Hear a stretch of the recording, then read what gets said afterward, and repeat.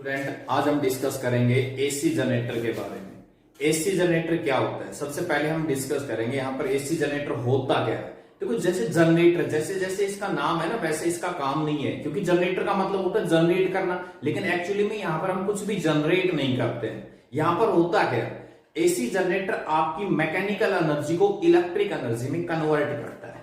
मतलब एक एनर्जी की एक फॉर्म से दूसरी फॉर्म के अंदर कन्वर्ट करने लग रहा है एसी जनरेटर। ठीक है, निकोलस एडिसन नाम का एक साइंटिस्ट था जिसने सबसे पहले निकोलस टेस्ला ने सबसे पहले इसके बारे में बताया था, एसी जनरेटर के बारे में। ठीक है, ये आपके पास मैकेनिकल एनर्जी को इलेक्ट्रिक एनर्जी और वो भी एसी की फॉर्म में जनरेट करता है। ठीक है, मतलब कन्वर्ट करता है एक प्रकार से, समझ गए। तो देखिए, तो सबसे पहले हम बात करते हैं इसके अंदर इसकी प्रिंसिपल इसका जो है वो आपका ईएमआई के ऊपर बेस है। EMI means electromagnetic induction. आपने पिछले लास्ट वीडियो के अंदर डिस्कस किया था हमने, इलेक्ट्रोमैग्नेटिक इंडक्शन क्या होता है कि when ever amount of magnetic flux link with the coil change EMF induce. ठीक है, जब तक आपका फ्लक्स चेंज होता रहेगा ईएमएफ इंड्यूस होता रहेगा। ठीक है, तो ये हमारे पास एसी जनरेटर का हमने डायग्राम बना रखा है, देखिए इसको ध्यान से। ये हमारे पास यहाँ पर फील्ड, आपके पास इलेक्ट्रोमैग्नेटिक एक स्ट्रॉन्ग इलेक्ट्रोमैग्नेट है। ठीक है, जिसके अंदर हमने ये एक रेक्टेंगुलर कॉइल एबीसीडी हमने प्लेस कर रखी है। जो फील्ड है आपके पास लगभग यहाँ पर 1 या 2 टेस्ला के लगभग आपका फील्ड होगा। ठीक है, ये हमने जैसे कंस्ट्रक्शन के अंदर हम बात करते हैं, सबसे पहले हमारे पास आती है इसमें आर्मेचर कॉइल। ये एबीसीडी एक आपके पास रेक्टेंगुलर कॉइल है जिसके ऊपर कॉपर वायर को व्रैप कर रखा है। हमारे पास एन नंबर ऑफ टर्न्स हमने मान ली जो इसके कॉपर कॉइल के, जो आपके पास रेक्टेंगुलर कॉइल के ऊपर हमने व्रैप कर रखी है। ठीक है, चलिए उसके बाद आता है हमारे पास ये फील्ड मैग्नेट। मैंने बताया एक स्ट्रॉन्ग इलेक्ट्रोमैग्नेट 1 या 2 टेस्ला के लगभग आपके पास यहां पर इलेक्ट्रोमैग्नेट होता है जिसके अंदर आपकी रेक्टेंगुलर कॉइल रोटेट करती है। ठीक है, उसके बाद हम बात करते हैं नीचे स्लिप रिंग्स। ये हमारे पास इसी कॉइल से अटैच स्लिप रिंग्स है। ये हमारे पास फर्स्ट रिंग हो गई R1, ये दूसरी रिंग है R2। ठीक है, ये रिंग आपके पास कनेक्टेड है, ये होलो सर्कुलर मेटालिक रिंग होती हैं। ये रिंग आपके पास यहाँ पर 2 ब्रशेज हैं, B1 और B2, यहाँ पर 2 ब्रशेज हैं जिनके साथ ये कनेक्टेड है। ठीक है, ये ब्रशेज आपके यहाँ पर ये आपका एक्सटर्नल लोड होता है जिसके साथ जो भी आप अप्लायंस चलाना चाहते हैं, बल्ब ग्लो करना चाह रहे हैं, फैन चलाना चाह रहे हैं, एसी चलाने, जो भी आप, वो आपका एक्सटर्नल लोड हो गया ये वाला R। ठीक है, अब इसकी वर्किंग को सुनिए ध्यान से।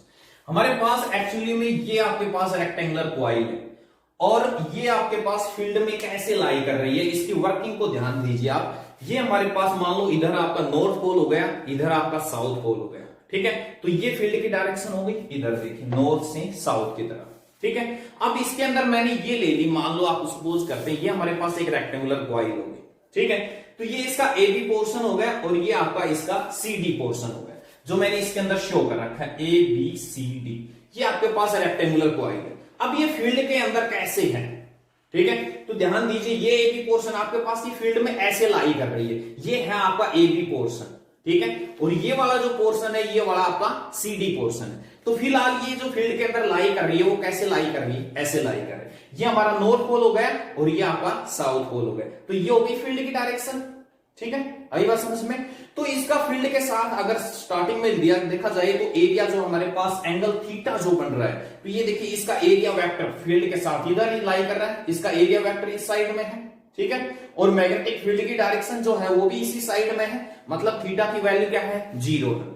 ठीक है, सबसे पहले यहां पर जो हमारे पास फ्लक्स होगा, फ्लक्स का हमने फॉर्मूला पढ़ा है। फ्लक्स हमारे पास क्या होता है, फाई इक्वल टू, पीछे हमने पढ़ा था NBA cos थीटा। ठीक है, अब आपका जो फ्लक्स है वो इनके ऊपर डिपेंड करता है। अब जैसे आप रेक्टेंगुलर कॉइल जो है हमारे पास, इसको मैग्नेटिक फील्ड में प्लेस किया, ठीक है, तो आपको पता है रेक्टेंगुलर कॉइल प्लेस करेंगे मैग्नेटिक फील्ड के अंदर तो आपके पास इसका फ्लक्स चेंज होगा। ये फिलहाल हमारे पास मैग्नेटिक फील्ड के साथ एंगल थीटा बढ़ा रही है, ये मान लो ऐसे।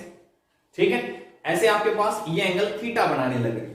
ठीक है, अब जैसे फ्लक्स चेंज होगा, क्योंकि आपकी रेक्टेंगुलर कॉइल है, इसके अंदर number of field lines pass होंगी। फ्लक्स क्या होता है? Number of field lines. तो नंबर ऑफ फील्ड लाइंस जो चेंज होंगी आपके पास इसी के अंदर, वैसे वैसे फ्लक्स चेंज होता चला जाएगा।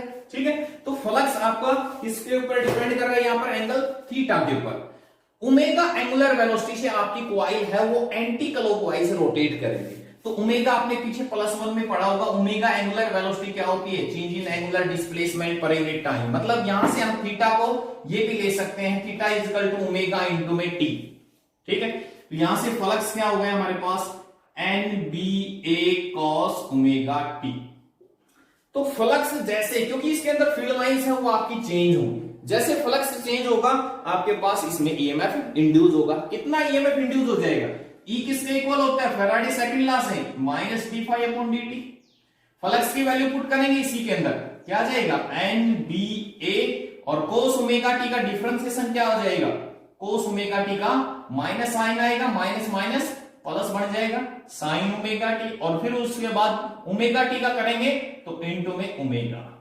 तो ये आपके पास आ गया EMF. E is equal to NBA omega sine omega T. ठीक है, इतना ईएमएफ आपका इसके अंदर इंड्यूस होगा। ठीक है, अब इसके अंदर वर्किंग में क्या होता है? सबसे पहले मान लीजिए आपकी जो रेक्टेंगुलर कॉइल जो हमने अभी ली थी आपके पास, कि ये आपकी रेक्टेंगुलर कॉइल है, इसके अंदर ये ए बी पोर्शन है। फिलहाल ये ए बी पोर्शन आपका फ्रंट है और सीडी जो पोर्शन है ये आपका बैक के अंदर लाई कर है। ठीक है, समझ में आई बात? अब जैसे जैसे फ्लक्स चेंज होगा इसमें ईएमएफ इंड्यूस होगा, और ईएमएफ इंड्यूस होगा तो करंट प्रोड्यूस होगा। आपके पास रेजिस्टेंस हमने लगा रखा है। ठीक है, तो फ्लक्स चेंज होगा आपके पास, तो इसके अंदर करंट इंड्यूस होगा, और उस इंड्यूस करंट की डायरेक्शन क्या होगी? डायरेक्शन के लिए मैंने बताया था आपको राइट हैंड रूल। ठीक है, तो ये जैसे हमारे पास फील्ड हो गया, इस साइड में फील्ड हो गए। ठीक है, आई बात समझ में? क्लियर है? ये फील्ड हुआ, तो अब इसमें करंट की डायरेक्शन कैसे होगी? ये देखिए, करंट की डायरेक्शन इस टाइप से, ये इस साइड में फील्ड हो गया ना आपका। ठीक है, तो करंट की जो डायरेक्शन है, क्योंकि फोर्स आपकी देखो कॉइल कैसे रोटेट कर रही है, इसमें आपकी कॉइल ऐसे एंटी क्लॉकवाइज रोटेट करने लग रही है, एंटी क्लॉकवाइज, ये इसकी एक्सिस ऑफ रोटेशन। ठीक है, ये जो कॉइल है ना, ये एक शाफ्ट के साथ जुड़ी हुई होती है। आपने घर के अंदर अपने पड़ोस में कहीं भी देखा होगा, आजकल ये सारी जो भी हैं एक एक शाफ्ट के साथ जुड़े हुए होते हैं, और शाफ्ट एक प्रकार से अल्टरनेटर होता है, ये आपका रोटेट करता रहता है, और ये जैसे रोटेट करती है तो वो मैकेनिकल एनर्जी को इलेक्ट्रिक एनर्जी में कंटिन्यू कन्वर्ट करती रहती है। ठीक है, तो ये आपकी रेक्टेंगुलर कॉइल है, इसी के साथ, ये इस शाफ्ट के साथ जुड़ी हुई होती है, और जैसे इस शाफ्ट को रोटेट करवाया जाता है, ठीक है, जैसे आपने इस कॉइल को रोटेट किया ऐसे, तो उतनी number of field line change होंगी, फील्ड लाइन चेंज होगी तो फ्लक्स चेंज होगा, फ्लक्स चेंज होगा तो ईएमएफ इंड्यूस होगा। ठीक है, और जैसे ही आपकी कॉइल ऐसे रोटेट करती है इसके अंदर, फिलहाल मान लीजिए कुछ क्षण के लिए हमारे पास ए बी पोर्शन है, ये आपका फ्रंट है, और सी डी पोर्शन बैक है। उसके बाद हाफ रोटेशन के बाद इसके अंदर क्या होगा? ए बी पोर्शन, ये देखिए ए बी पोर्शन बैक चला जाएगा, और सी डी पोर्शन आपका फ्रंट में आ जाएगा। ठीक है, और फिर नेक्स्ट हाफ रोटेशन के अंदर फिर वो प्रोसेस आपका रिपीट होगा, ए बी पोर्शन फ्रंट में आ जाएगा और सी डी पोर्शन आपका बैक में चला जाएगा। ठीक है, तो एवरी हाफ रोटेशन में एसी की डायरेक्शन चेंज होती है। एसी होता है क्या है? जिसके अंदर डायरेक्शन, एसी वो करंट होता है जिसकी डायरेक्शन चेंज होती है। ठीक है, तो ये हमारे पास इसमें ऐसे एंटी क्लॉकवाइज रोटेट करेंगे, तो इसके अंदर जो करंट की डायरेक्शन होगी वो ये होगी। तब जब ए बी आपका ऊपर की साइड में होगा, सी डी आपका पीछे की साइड में, फिर हाफ रोटेशन के बाद ए बी पीछे चला जाएगा, सी डी फ्रंट में आ जाएगा। ठीक है, तो ये आपके पास इसमें करंट की डायरेक्शन होगी। मतलब यहां से अगर हम बात करें तो ब्रश B2 से B1 की, ये एक्सटर्नल जो सर्किट है हमारा, इसके अंदर जो करंट की डायरेक्शन होगी वो कहां होगी? B2 से B1 की तरफ। ठीक है, चलिए उसके बाद हम बात करते हैं कितना करंट इसमें से होगा, वो करंट की वैल्यू निकालते हैं। तो ईएमएफ हमारे पास आ चुका है, equal to NBA sine omega t. ये आपके पास ईएमएफ होगा, इसकी वैल्यू मैक्सिमम कब होगी? जब आपके पास ओमेगा टी, मतलब आपका थीटा कह सकते हैं आप, थीटा की वैल्यू यहां से किसके इक्वल हो जाएगी? 90। तो 90 जब थीटा की वैल्यू 90 होगी तो उस केस में ईएमएफ हमारा क्या हो जाएगा? मैक्सिमम ईएमएफ होगा, NBA ओमेगा, इसको ई नोट से रिप्रेजेंट कर दिया, that is the maximum EMF.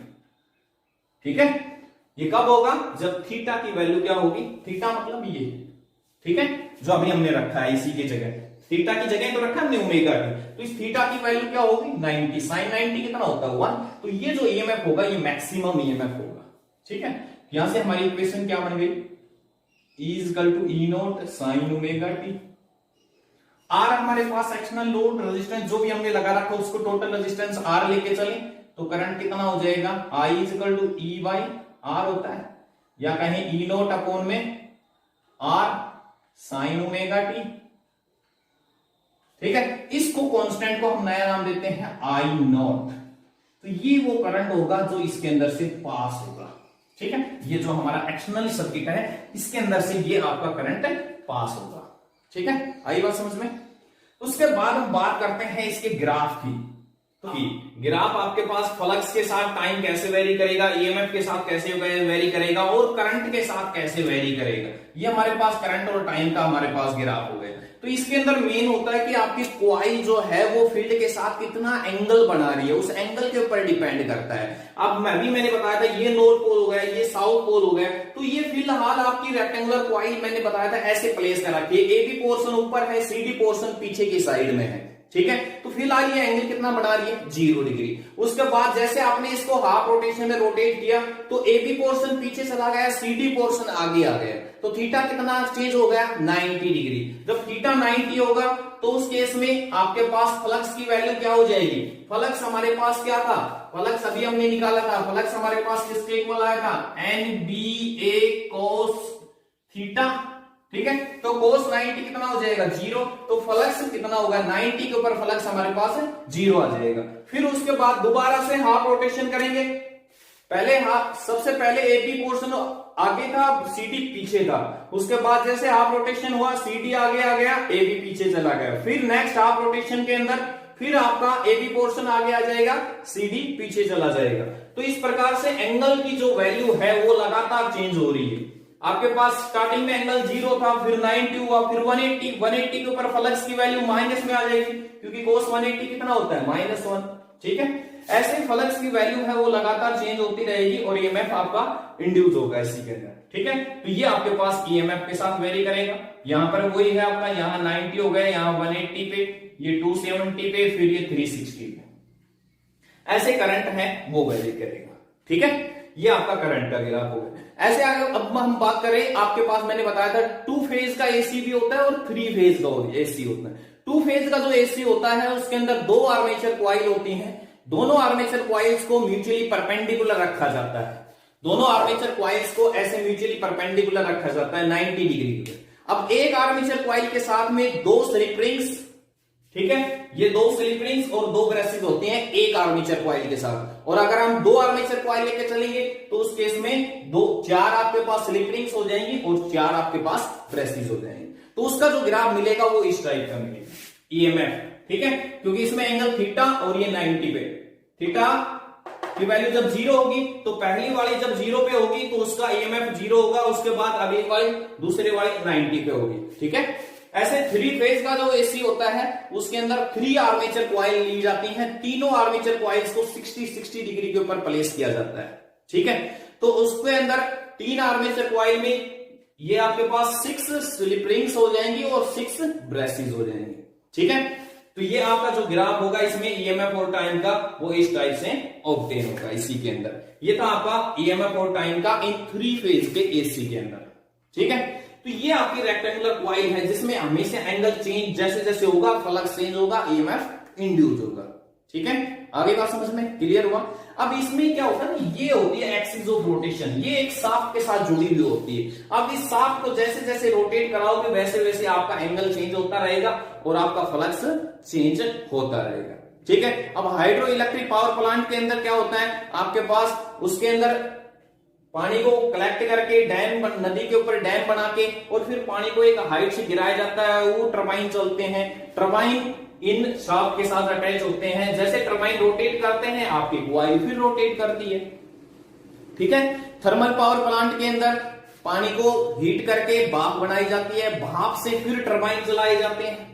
ठीक है, न्यूक्लियर पावर प्लांट के अंदर वही पानी को गर्म किया जाता है एनर्जी से और फिर उसके बाद भाप से वही प्रोसेस, सभी के अंदर यही प्रोसेस होता है। ये आपके पास शाफ्ट होती है, शाफ्ट इस कॉइल के साथ अटैच होती है, जैसे जैसे कॉइल रोटेट करती है फ्लक्स चेंज होता है और ईएमएफ इंड्यूस होता है। ठीक है, आगे बात समझ में।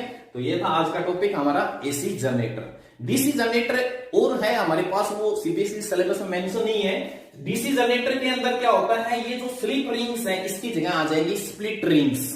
ठीक है, वो इस टाइप की रिंग्स होती है आपके पास, स्प्लिट रिंग्स। ठीक है, ऐसे रिंग होगी, वो स्प्लिट रिंग्स होती है, वो हम डीसी जनरेटर में यूज करते हैं। ठीक है, चलिए मिलते हैं नेक्स्ट वीडियो के अंदर।